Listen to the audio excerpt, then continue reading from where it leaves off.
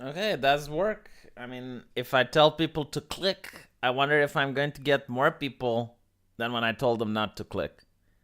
So it's a thought experiment. You're all being mice on a treadmill in my laboratory, trying to see what works, trying to see what doesn't. Although, in order for the experiment to be successful, I should have streamed at the same hour. But unfortunately, today wasn't my wife's birthday, but I bought her presents regardless because her birthday is coming up, and today she was free. So, I took the opportunity, gave her some presents, and now I realized I ran out of money to buy her cake. So I'm like, okay, I'm going to make a stream. Hopefully, I'll get some donations and I'll buy her cake.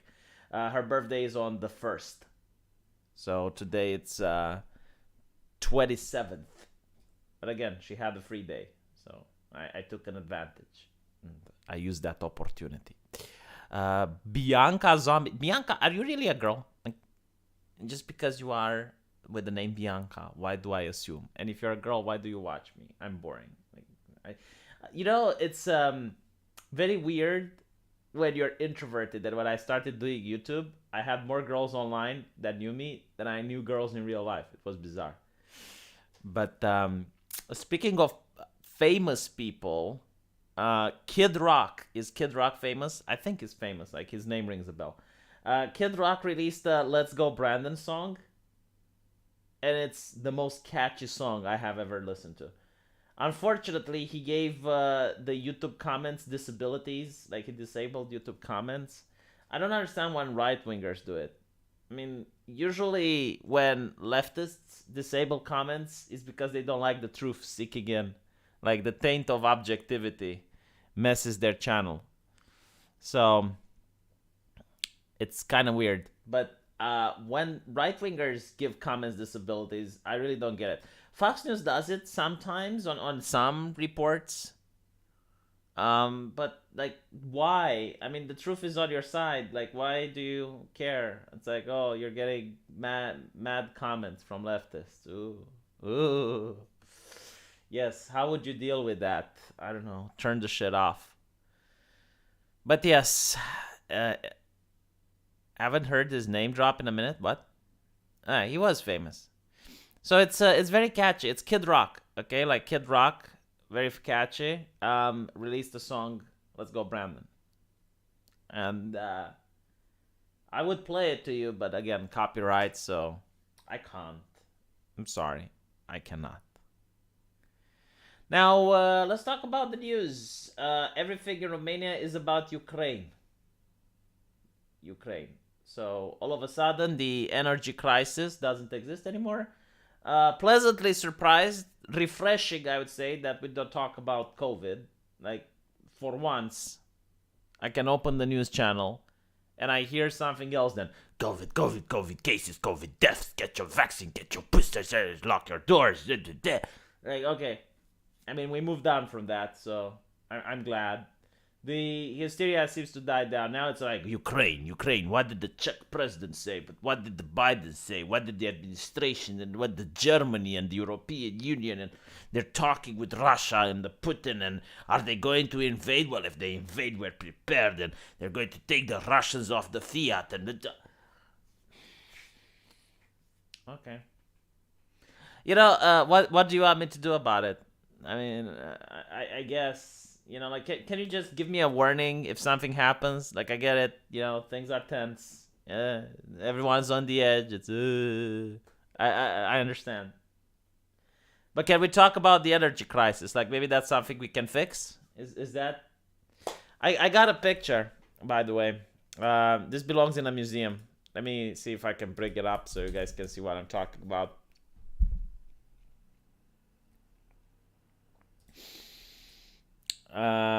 Here we go. I think I can show this. Yeah, let me just copy it too. So this is a work of art. Belongs in a museum. How do you title this? What do you think the title is? It's called Reading the Electric Bill.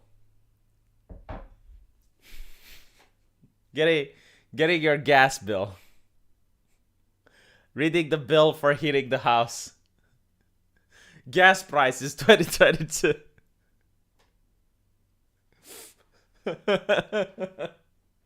Admit it, it does belong in a museum.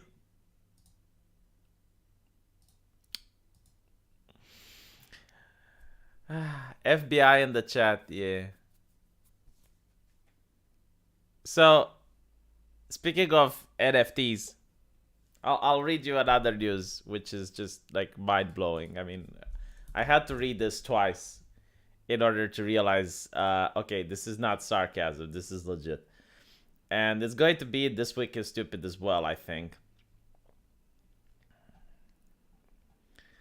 So.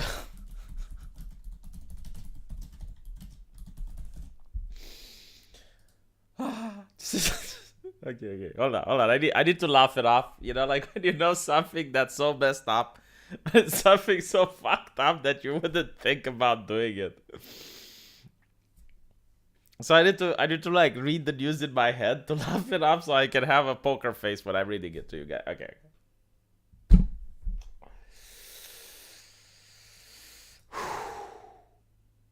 A doctor tried selling Bataclan victims Xray as an NFT.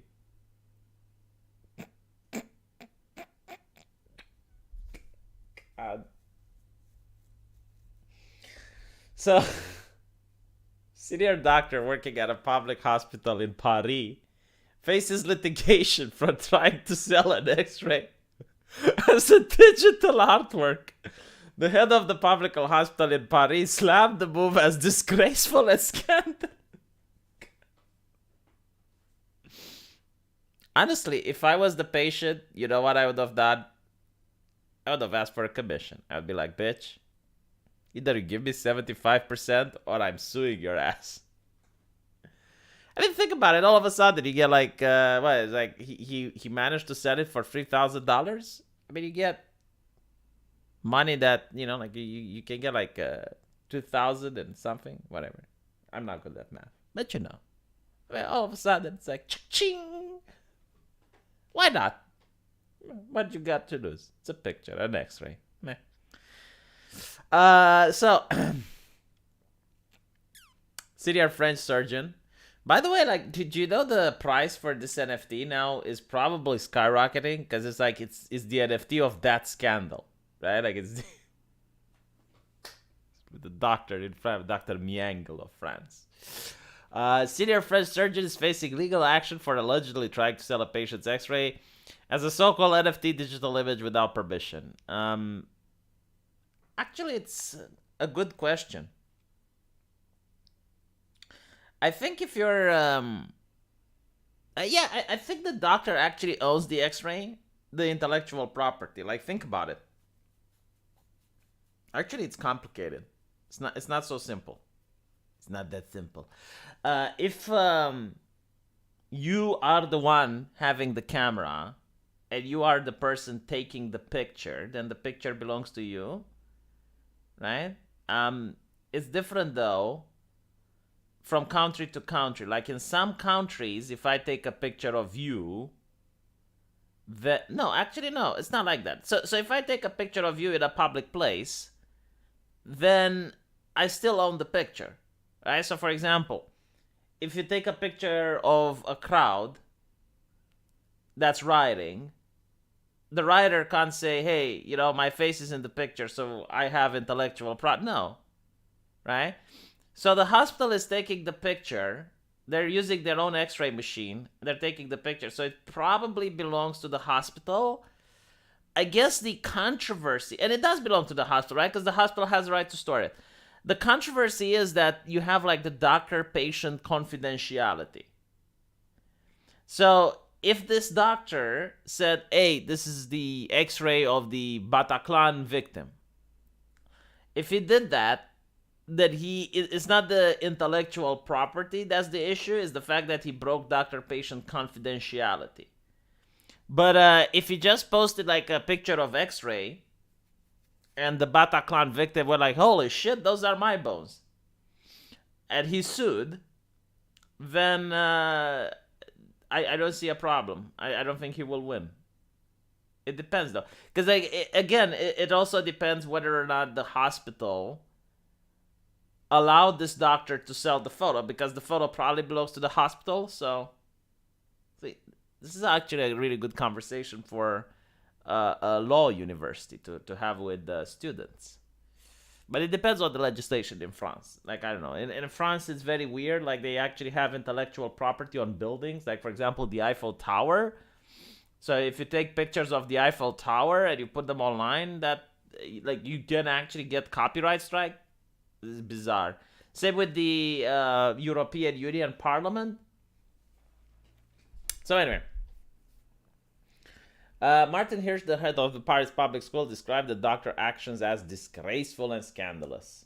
This is contrary to the sound professional practice, puts medical secrecy in danger. Medical secrecy in 2022, really? Would I have to show my QR code to a waiter? We still have this concept of medical secrecy? Huh? In 2022, really? Okay, anyway, medical secrecy. Goes against the values of the Paris hospital. The statement read, Bonsoir, je vous adresse un message. And I can't do it. According to Medipart, the unidentified victim was described as a young woman whose boyfriend was one of the 100 people who died in an Islamic extremist attack on a stadium. The online publication asked for a response from a surgeon who reportedly said the sale was an error. My God, that's a really good excuse. I haven't think about it. It's like, oh, I wanted to show different X-rays, but oopsie.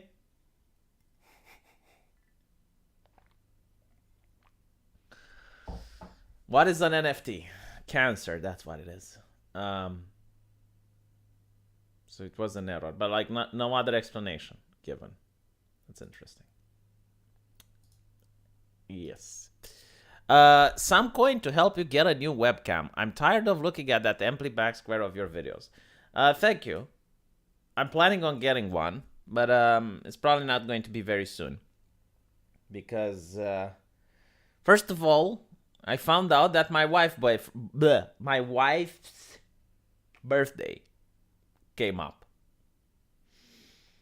I know. It's the things you should memorize. Yes, well, I got her some presents today because she had a free day. So money went zero. And I don't even have money to buy her cake on her actual birth date, which is on the 1st, right? She's working that day, and I'm planning to make her a surprise. Like when she comes home, it's like, ta-da, you have cake. Now, it's also the fact that her sister, so my wife's sister, what is that? Like sister-in-law, right? Is getting married. Getting married on the 14th. Now, I'm not attending shit because she decided to let us know about her wedding 1 month in advance, and I told her that is unreasonable. Can you get your head examined? Like, there is absolutely no way I can make money for a wedding in the winter. Who the fuck marries in the winter anyway? So I'll just send her a present and fuck off. I mean, I'm not attending that. I'm not buying a suit. I would have to buy another suit. So I'd have to buy a suit. I would have to buy shoes for winter. Believe it or not, I generally don't have like the shoes that go with the suit, right? Because you can't just take your Adidas and have a suit. And then my wife would also have to buy a dress. Like she would have to get pampered up, and it's like, dude, this is why you don't tell people you're getting married 1 month before. Like, what is wrong with you? Usually weddings are being announced 5 or 6 months in advance. Is what it is. And it's another city. So I would also have to pay for the transportation, the hotel. And I told her, look, I don't have the money. It's like, fuck off. I genuinely do not have the money. So I'll just send her a present. Hopefully she'll be fine. She'll understand. Do I have to be jabbed to attend? That's another good point. Oh my God, I can use that as an excuse. I mean, she doesn't know my health. You know, the medical secrecy thing. She doesn't know. It's like, I'm not jabbed. Fuck you. Send her $20. No, I'll send them more than $20. Like, it will be a joint effort. I'll try to scour up some money that I have, and my wife will put some money that she has in. we'll join our power together and send the wedding gift. But again, it's like, what type of person marries during winter?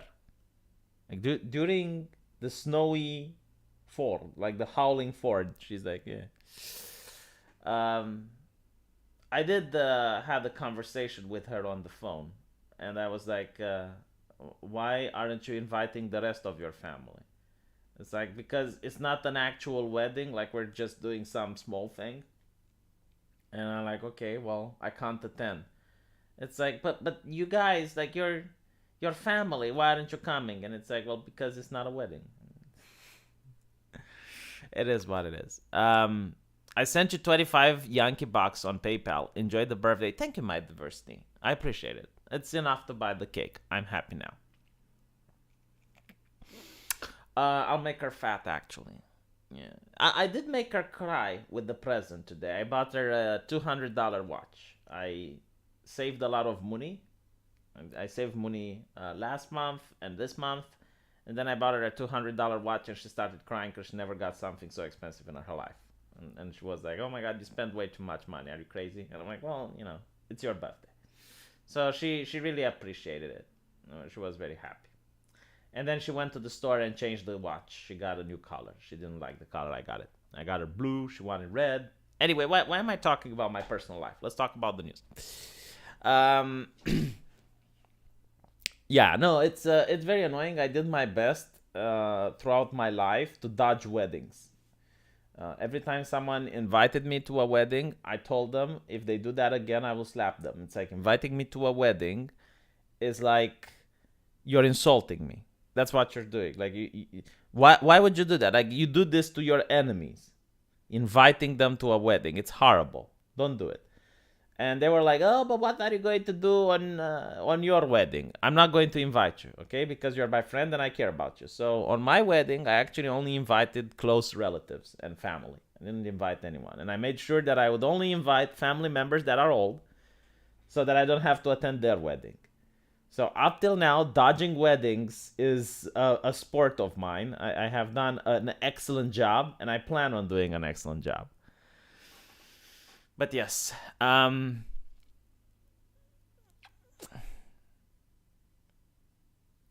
used to have hundreds of female friends that I didn't know weren't really friends. What?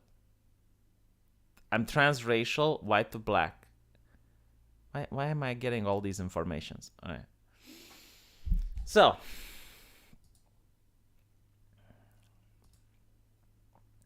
let's see what other news we got. Damn it, I'm getting a little bit sleepy all of a sudden. I need to try and keep myself awake. Oh, speaking on NFTs.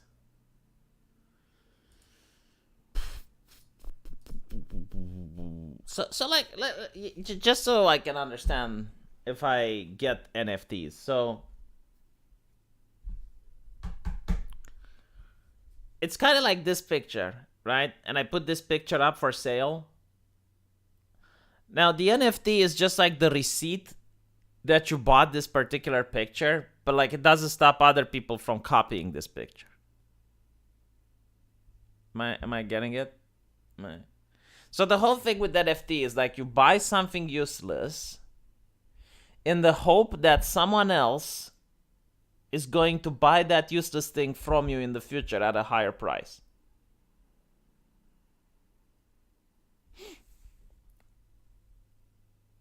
Why are the NFTs so goddamn ugly anyway? I mean, if you look at, well, obviously not all NFTs are ugly. But the popular ones, I mean, right? So if you look at the popular NFTs,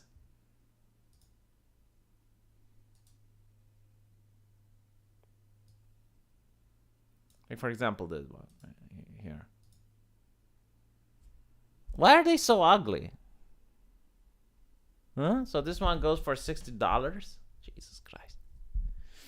There were some of them that went for like 5,000 or even more.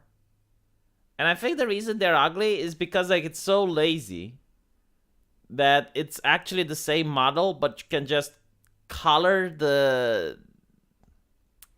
you can color the fur differently, And you can also, like, I mean, look at this one compared to this one, it's still the same facial expression, right? It's just like the fur is colored differently, and it's got like different things going on its hat. Same with this. Like, look, these two, right? Is the same facial expression, the same thing, right? So they're very easy to mass produce. I'm whatever. I got 20 pounds. Is there a chance of you making a compilation of left-leaning attitudes towards unspecific virus of unspecific origins? And these information seem to disappear from the internet. Okay. Severian Knox. You have discovered that certain information disappears from the internet, and you want me to make a video of certain information that disappears from the internet. What do you think would happen if I make a video of information that disappears from the internet? And I would put it on the internet, Severian Knox. What do you think the end result would be? What do you think? Or maybe the mysterious thing which disappears from the internet would be like, okay, well, V uploaded it, so this time it's not going to disappear. We can't do anything. I mean, look, I'll tell you something with people buying shit, right? The problem isn't that people. Okay. Let me phrase it in a different way. You know how in China they have like those empty buildings?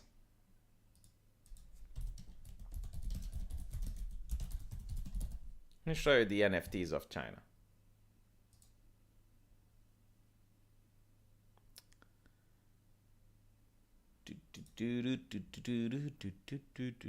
Okay, here we go.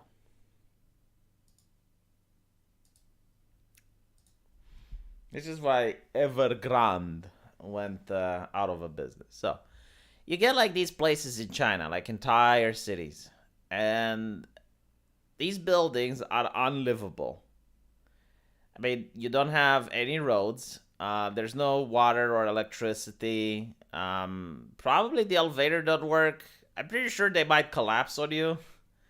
So, and there's a lot of them. There's these ghost cities. And what do you have them, right? Well, in China, a lot of people don't trust the government to take care of them when they grow old. So what they do is they invest their money into buying an apartment. So they buy an apartment into these buildings. Now, they never plan on living in the apartment. But what they plan on doing is that when they buy the apartment, the price, let's say, would be $100,000. And they want to sell it for like $200,000, right? To adjust for inflation or whatever. So the idea is that you're buying something which you know is useless and you don't use. But you want to sell it off to someone for a higher price.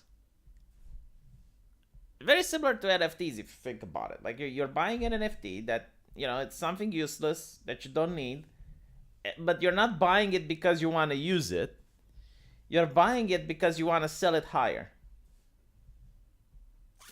And, you know, like in China, the price of apartments, they just keep going up and up and up and up and up. Because, like, again, like, someone would have bought it with the same reason. Like, okay, I want to buy an apartment so that I can have money when I'm going old. You know, I'll sell it then and boom, I'll make money.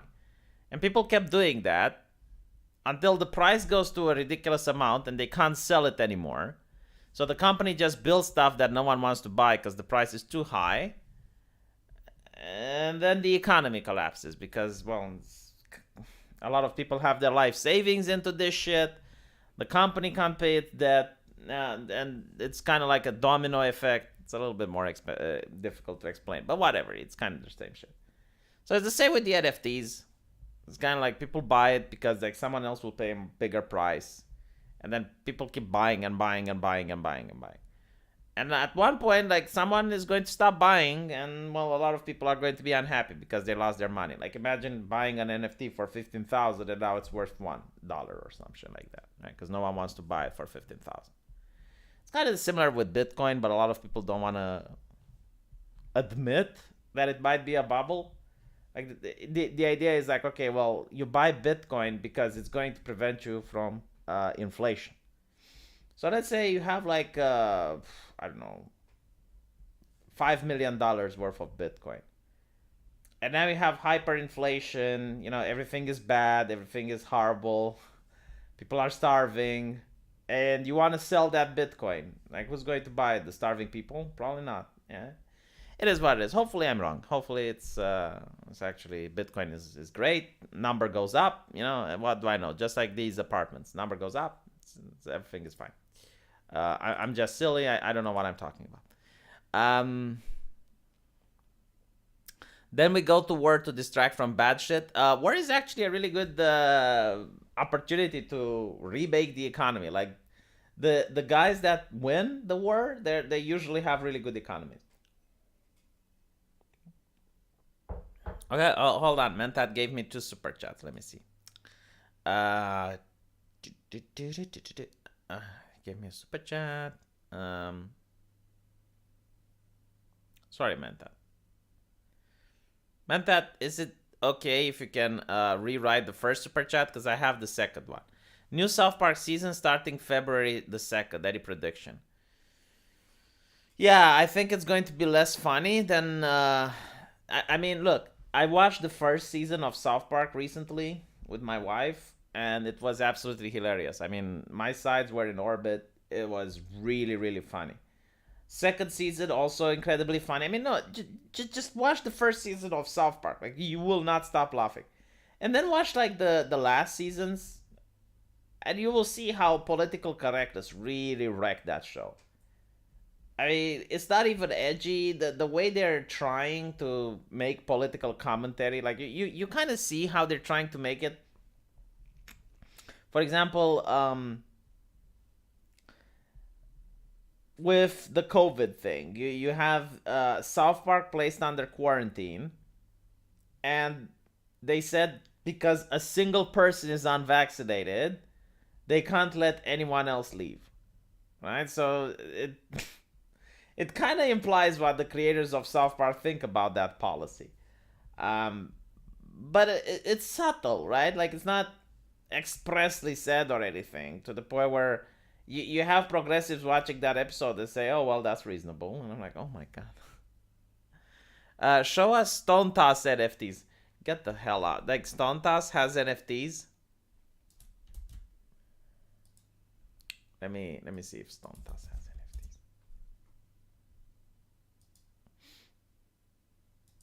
NFTs.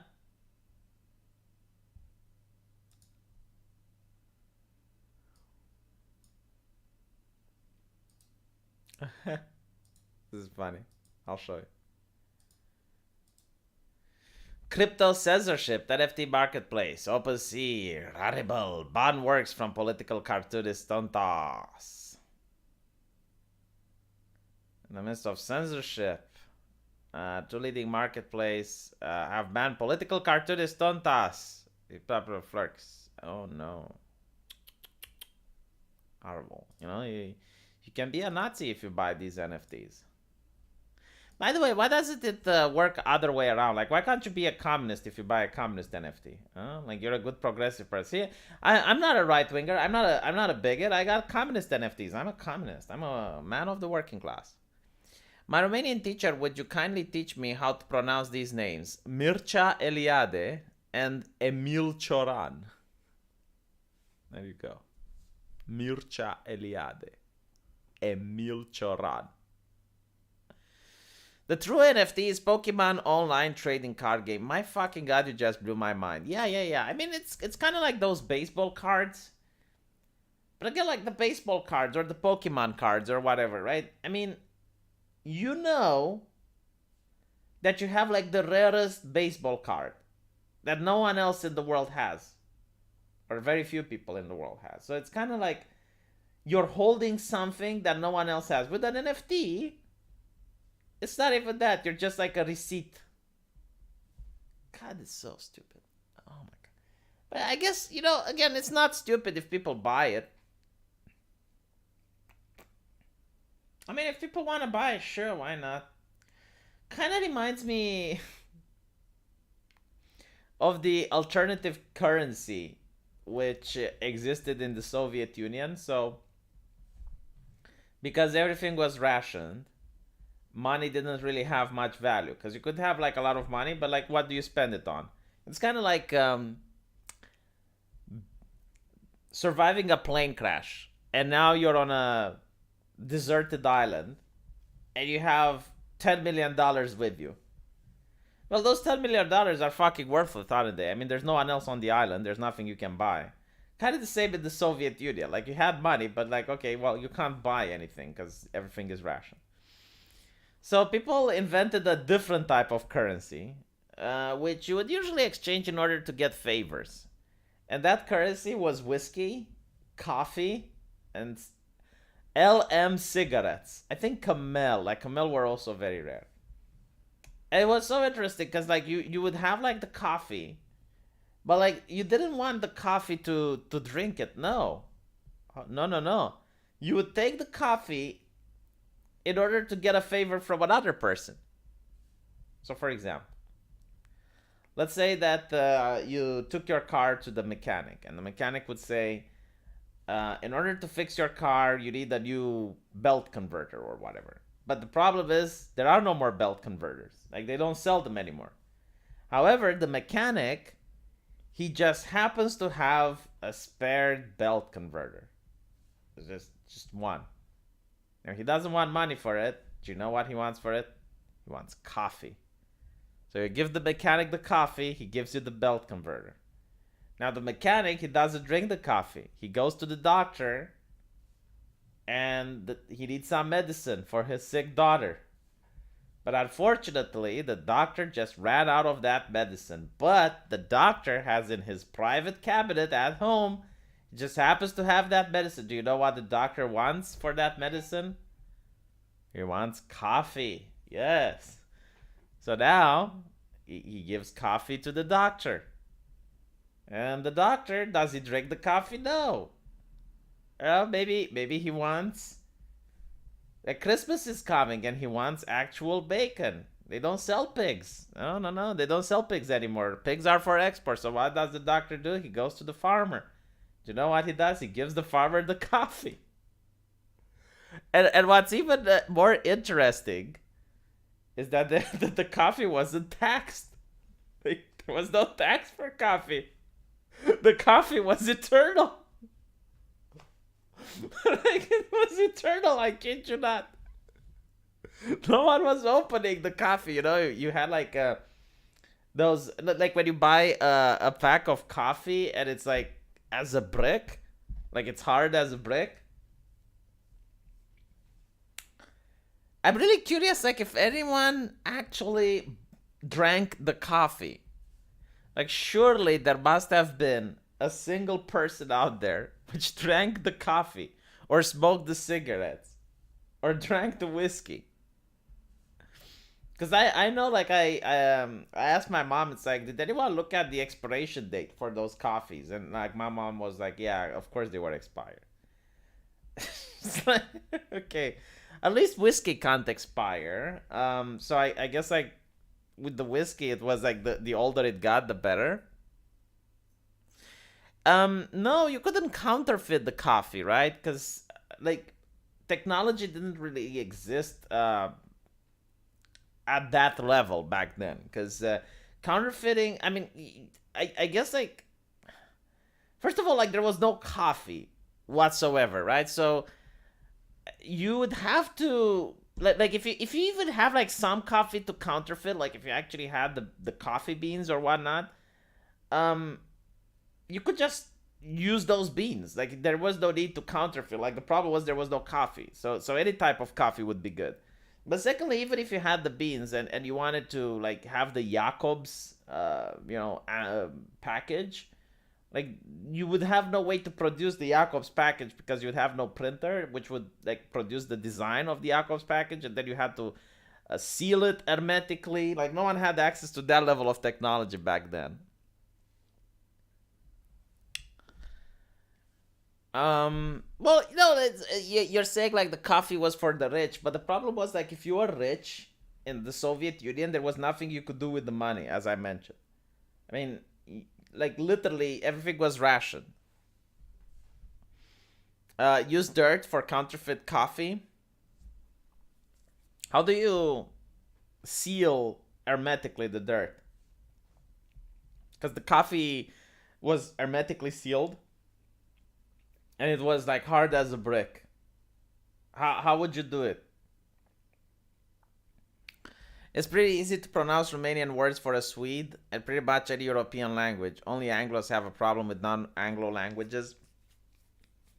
It's easy to pronounce Latin if you have a Latin language. So, for example, for me, it's very easy to read in Spanish, even though I don't speak Spanish. It's very easy to read in Italian, even though I don't speak Italian.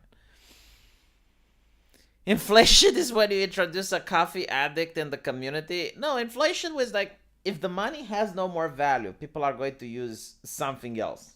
What I really like is the game Path of Exile. Because Path of Exile doesn't use gold as a currency. It uses consumables. So it's the idea that the people are alone on an island and they're trying to barter with what they are having. And they're using all these consumables. So yeah, it's kind of what happens when money loses value.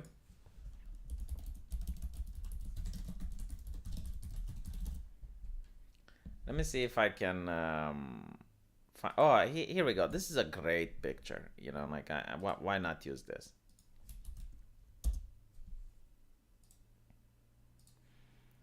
So this was in Poland. And this picture is showing you, like, all the things that were rationed. So, like, you would have your ration card. Think about it this way. It's kind of what Klaus Schwab wants the world to do in order to avoid global warming.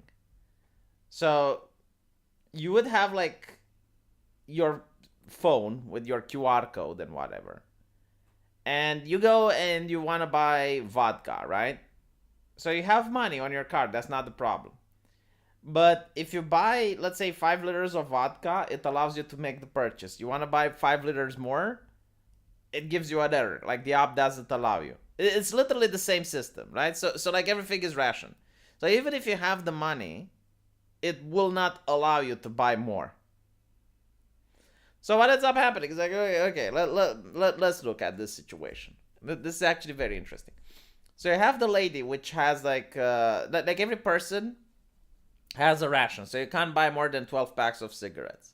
You can't buy more than half liter of vodka. You can't buy more than 2.5 kilograms of meat. Now, what would happen is that because everyone has money, they would buy all of these things. Like every single person would buy all of these things. Even if you're a non-smoker, you buy these things. Because let's go back to my previous analogy with the car mechanic. So you want to take your car to the mechanic in order to get it fixed. And the mechanic says the radiator is busted and there are no more radiators on the market. Like you can't find the radiator anywhere. However, the mechanic just happens to have a radiator. And the mechanic, what he wants is 0.5 liters of vodka, right? Like maybe it's his son's birthday and he wants to celebrate, so he wants some vodka. Okay. Now you don't have any vodka because you drank yours, but what you do have is cigarettes because you don't smoke, but you've been buying them. You've been stacking them for months. So what you do is like you take the cigarettes to your neighbor and your neighbor doesn't drink, but he smokes. So you give your cigarettes to the neighbor in exchange for his vodka. You take the vodka and you give it to the mechanic who then gives you a radiator. So that's what everyone did, right? Like even though you didn't need stuff, like maybe you're not a cook. You don't cook, but you keep buying the flour.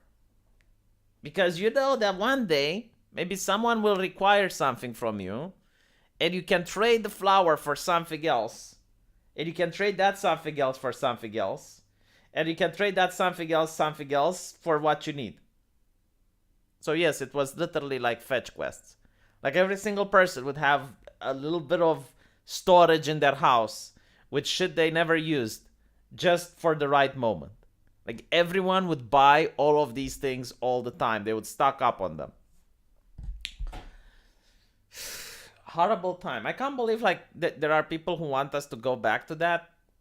But what can you do? I mean, people from Eastern Europe know how horrible those times were, and they know it didn't work.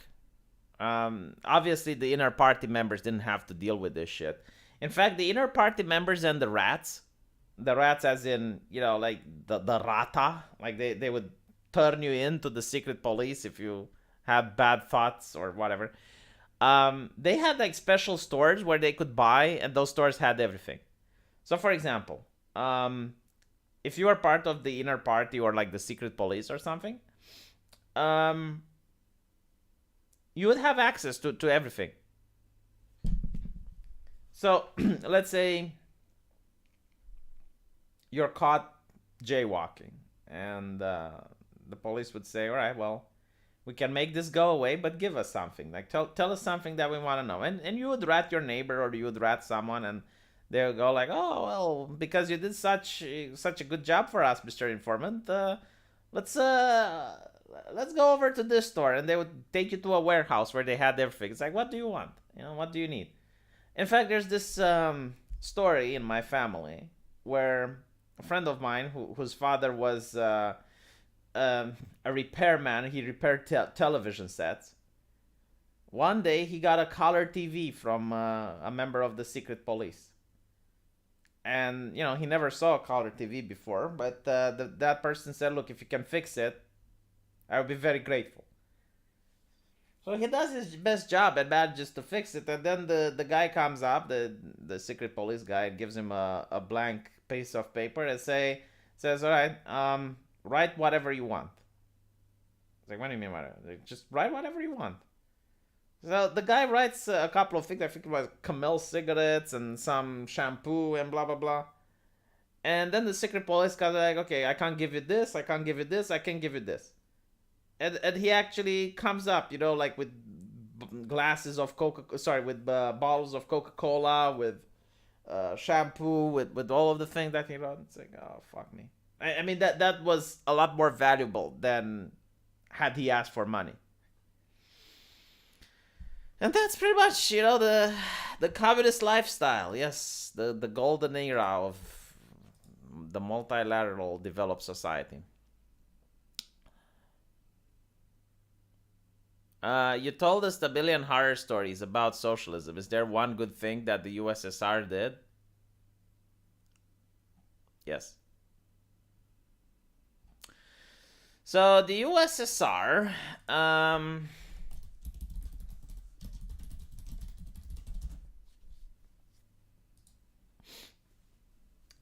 they encourage sports. Everyone had to work out. And believe it or not, people were legitimately much more healthy back then. And look how beautiful it was. I mean, the propaganda. Ooh la la, the propaganda. So they wanted, because of the Cold War, they were really afraid of another conflict. So because of that, they wanted people to fuck and have a lot of kids. And they also wanted people to be in tip-top shape. So they encouraged everyone to participate in sports. And every institution had its sports team. So, for example, the postal office had its sports team. The KGB had its sports team. Like literally everything. Seriously, everything had a sports team. And people were encouraged to participate. And it was kind of funny because, well, everything was political, as you can imagine. So some sports team weren't supposed to win. I think it was the postal office playing against the Stalinists or something like that. And the Stalinists lost, so that was problematic. And it just so happened that the KGB found out that the guy in charge, like the football leader of the postal sports team, oh, his parents were Chinese, and like one of his parents was Chinese, and he could have been a terrorist spy for the China, so they arrested him. And the next time, the postal sports team didn't win. Oh, now the correct team won. But other than that, yes, like the idea of encouraging sports and encouraging a healthy lifestyle. That was something good that the communists did.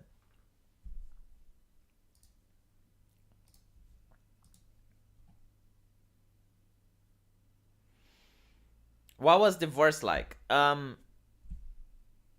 That's actually very interesting because you would think, communists, progressive, and whatnot. At least in Romania, divorcing was highly discouraged. It was considered that the family is the cell of society. So it's probably because they wanted to have like they wanted people to have a lot of kids. I don't know how it was in other communist nations, but again in Romania, like they wanted to encourage the family unit so people can have a lot of kids, and that they can also have stable households. Now you can say, well, hold on a little bit. Didn't communists want to indoctrinate kids? Why would they want parents to raise the kids? Well, the answer was because the parents were usually working 12 hours a day. I'm not kidding. Like my mom would wake up at 5 a.m. and she would come home at around 9 or 10 p.m. So there was like almost no interaction between me and my parents. And at school, we had like all these programs where, again, like they would encourage you to be patriotic and sing communist songs and shit. So divorcing was highly discouraged. Um, and it was also very difficult to divorce. I mean, like most people didn't want to divorce because, like, imagine this: you're you're working 12 hours a day. You're barely able to see your spouse to the point where there's almost no way you can even have an argument. And secondly, let's go back to the interesting thing here. Now, if you look at the ration, you get 1 pack of cooking oil. How the fuck are you going to survive with 1 pack of cooking oil? You can't. But if you take into account that there's 2 people living in the household, oh, now you got 2 packs of cooking oil. Now you got 4 bars of soap. Now you got 600 grams of washing powder. So divorcing wasn't like right now. If you're a woman in the West and you're marrying a rich guy and you divorce him, well, you get half his shit. In communism, okay, you marry a rich guy and you divorce him and you get half his shit. But what do you do with the money? You can't buy anything. Like what you need is the ration. And in order to get the ration, you need to be in the same household with him. So the laws, like I mean, the laws of society didn't make divorce profitable. Right? It didn't stop it, but it didn't make it profitable. I mean, imagine if it would be the same with a company. Like, if I could join right now a company, and let's say it's a multi-billion-dollar company, right? So I can join it. I can become a partner of that company. But the moment I leave, I take half their shit. I mean, how many people do you think will be leaving just because like the law encourages you to do that, right? Like at this point in the West, the person that doesn't have wealth is encouraged to divorce. Like you can make a contract where you say, "Oh, I'm going to be with you until death does us apart," and if you break that contract, you're rewarded. Right? So that doesn't really make sense in any way, shape, or form. If you have a cynical person, and not only that, I mean there are a couple of TikTok ladies from the ghetto, which they're saying, why would you have 7 children with 1 baby daddy? Like that is not profitable. Like you need to have 7 children with 7 different baby daddies, because then you get more money. So the math checks out. You know, like those people are just cynical, and they're playing the system. I don't blame people for playing the system, to be honest. Right? I mean, the system is there to be played. The problem is the system. That's the main issue. So, well, it is what it is. But that's why you had lower divorce rates in the Soviet Union. It's because you take away the incentivization. So the only people that would divorce were people that legitimately had a reason to divorce. I mean, you really had like domestic abuse, or you had like some really nasty problems that they couldn't get over. You know, like that's when you had divorce. You didn't have like divorce for wealth.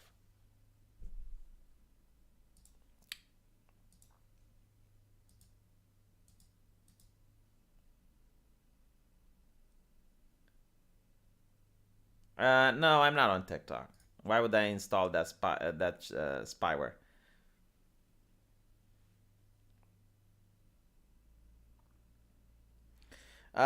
So comrade from Czechoslovakia, my grandmother was divorced during socialism.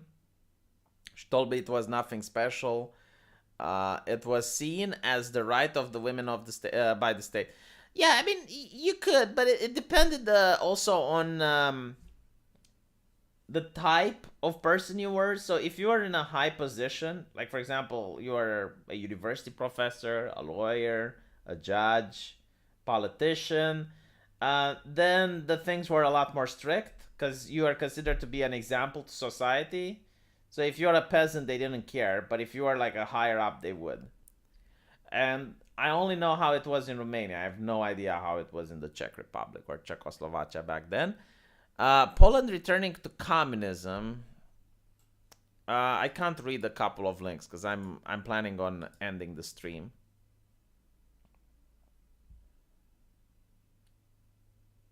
But okay, fine. The Polish government is introducing a socialist policy known as the Polish Deal, and is based off crypto communism, Roosevelt, the New Deal. They are going to raise taxes on all private people across the world while culling taxes for all government employees. Prices for things such as agricultural goods will be at maximalist prices. There will be set prices. Inflation is rising in Europe in general, and the communist government thinks more taxes and communist price controls will alleviate it. This is the modern issue of democracy, where leaders are no longer well versed in history and philosophy, only hard science, ideology, blah blah blah. I mean, there's a lot to talk about here. I wouldn't call it communism. Like, communism is the abolition of private property. This is fascism, what they're doing. And I made a video where I talk about it. It's the exact same thing which governments do time and time again throughout human history. So governments print, like there's a crisis. In order to solve the crisis, the government prints money. The government creates hyperinflation. And then the government says that it's the greedy corporations that are raising prices. And then the government says that the only solution is for the government to control prices. And once the government controls prices, the economy is fucked. I mean, you're going to get empty shelves, you're going to get a lot of nasty stuff, and then the government starts cracking down. Now, there's a huge misconception that the New Deal is what got America out of the Great Depression. And Thomas Sowell, and I agree with his assessment, claims that the New Deal is complete nonsense. It didn't get America out of depression. What got America out of depression was the war. Because all of a sudden you take millions of Americans and you put them in uniform and you solve the unemployment. You then have the private sector producing stuff like armaments and munitions and war things, and right, like everyone is now having jobs. But the more important thing, like what is the problem with hyperinflation, right? Like why is it a thing? Why do prices go up?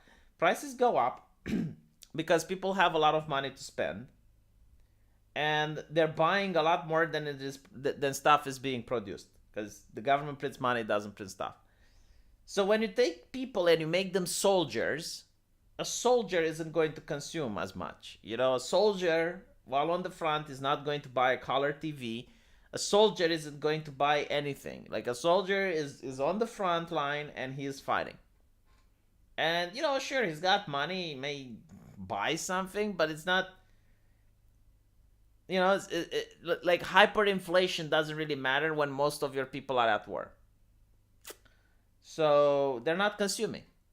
That's the issue. And like, even if the people who are home, they would spend all the money that they have. Like, most people have a limit to what they spend.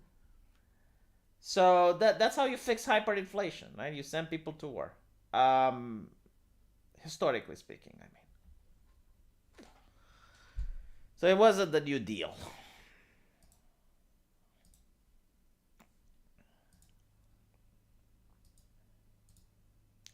The way I skirted being tricked into being a baby daddy is by wearing used condoms, making her pregnant by another guy. Jeez.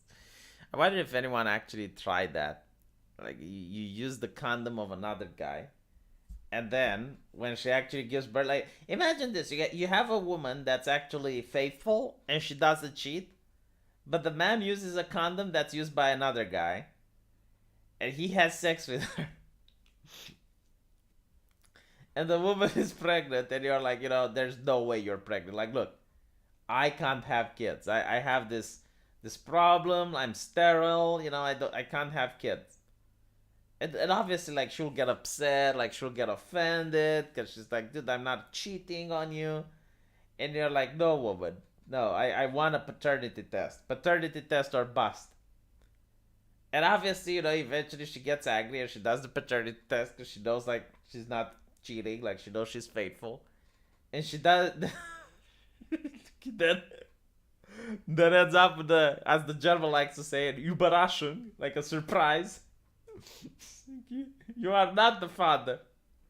I'm just like the facial expression of the woman. Seriously, like, imagine that she's a virgin, like, she never had sex with another man, and she has sex with this man, and she's like, look, I'm sterile, I can't have kids. He uses the condom of another man. I feel like she might believe, like, she got raped or something, like, when she was asleep, or like, what would you even think if you're that woman? Like, what would, like, how would you even explain it? Especially, like, imagine this. No, this is even better. All right. So Abdi Muhammad, I know he's black. Imagine he uses the condom of a white woman. Actually, it doesn't work that way. It's a lot more, like, it's a lot more pronounced. Let's put it like that. It's a lot more pronounced if it's like two white people, and the white guy uses the used condom of a black person. So he's having sex, and then the woman gets pregnant, and when the kid gets born, he's like you get like this black kid, and the guy pretends he's got questions that the woman literally can't answer. The woman is like, shit, I can't refute this. I know I didn't do anything wrong, but I can't refute this. According to astrologers, 1984 is going to last 4,000 years. I never trusted horoscope. Zodiacal just seem to be accurate. I know nothing about astronomy. I'm sorry.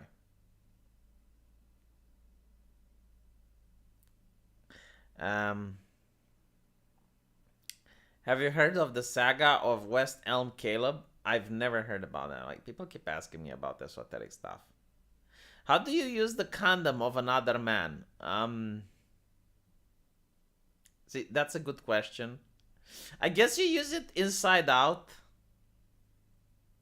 Or you still put it normally, and you just make a hole in it. Now, you might say that's disgusting and it's icky, and I agree with you, but this is why you need a serious prankster. Like, a serious prankster is willing to take one for the joke. When the joke is so great, when the prank is so good, that you need to take a little bit of pain and humiliation just to deliver the punchline.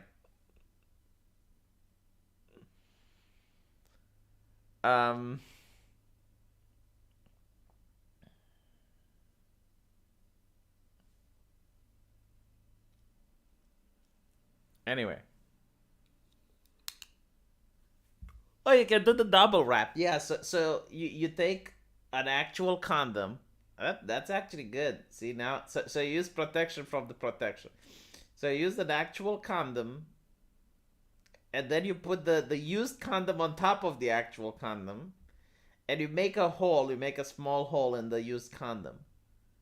So you're not really feeling anything. If anything, the guy's previous jizz is adding lubrification.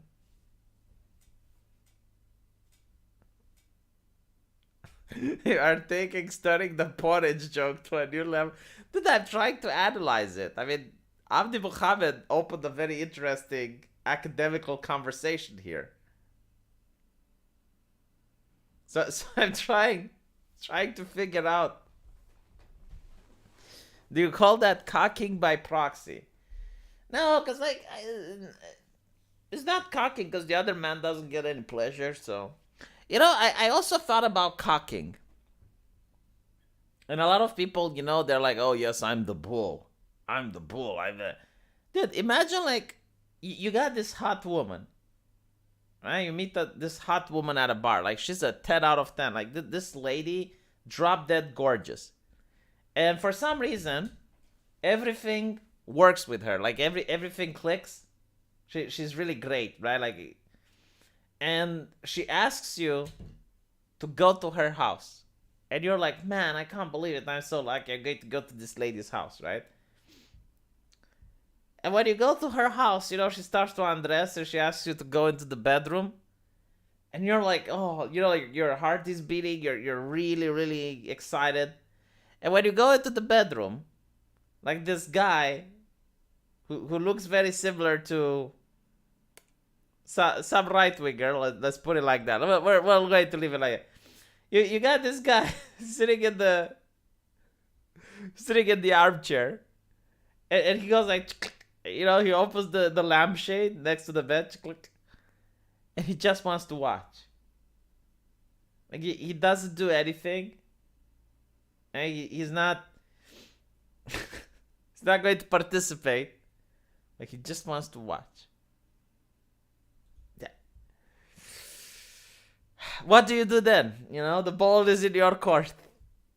But it is kind of creepy in my opinion. I mean, I'm just saying it's not good for the bull either.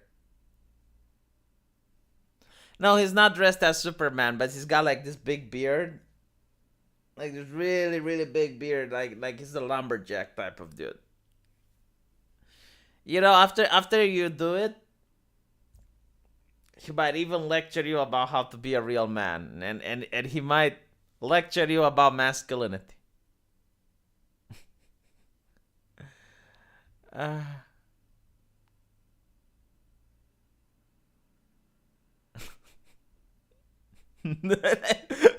no, like, see, that's the thing. Like, everyone thinks like, oh my god, being a cock is so pathetic and it's so bad. But like, imagine if you're the bull. Imagine if you're the bull and you have to do it while this creepy guy is like this perverted guy drooling from the mouth is looking while you're doing it. It's like, oh.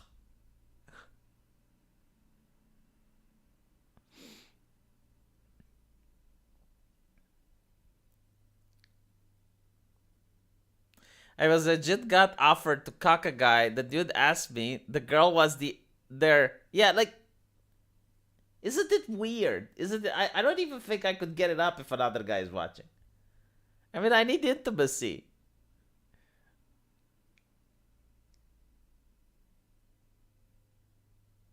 Not only that, like, imagine if you agree. And then the guy is getting up and he's coming towards you. What then? What then, Mr. Bull? It's a sad state of affair for everyone involved. I do agree. Anyway, right. I'll end it here. Hopefully you guys love this stream. And if you did, I'll see you.